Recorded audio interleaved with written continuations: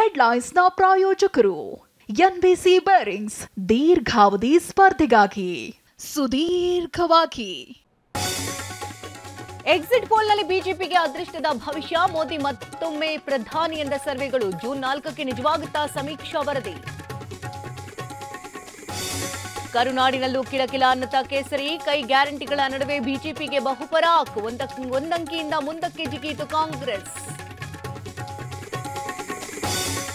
SIT ವಿಚಾರಣೆಗೆ ಹಾಜರಾಗದ ಭವಾನಿ, ಸಂಜೆ 7 ಗಂಟೆವರೆಗೂ ಕಾದ್ರು. ರೇವಣ್ಣ ಪತ್ನಿ ನಾಪತ್ತೆ, ವರದಿ ತೆಗೆದುಕೊಂಡು ತೆರಳಿದ ತನಿಖಾ ತಂಡ. ಅಬಕಾರಿ ನೀತಿ ಪರಿಷ್ಕರಣೆಯಲ್ಲಿ ಅವ್ಯವಹಾರದ ಆರೋಪ, ಅರವಿಂದ್ ಕೇಜ್ರಿವಾಲ್ಗೆ ಸಿಗದ ರಿಲೀಫ್. ಇಂದು ತಿಹಾರ್ ಜೈಲಿಗೆ ದೆಹಲಿ ಸಿಎಂ ವಾಪಸ್.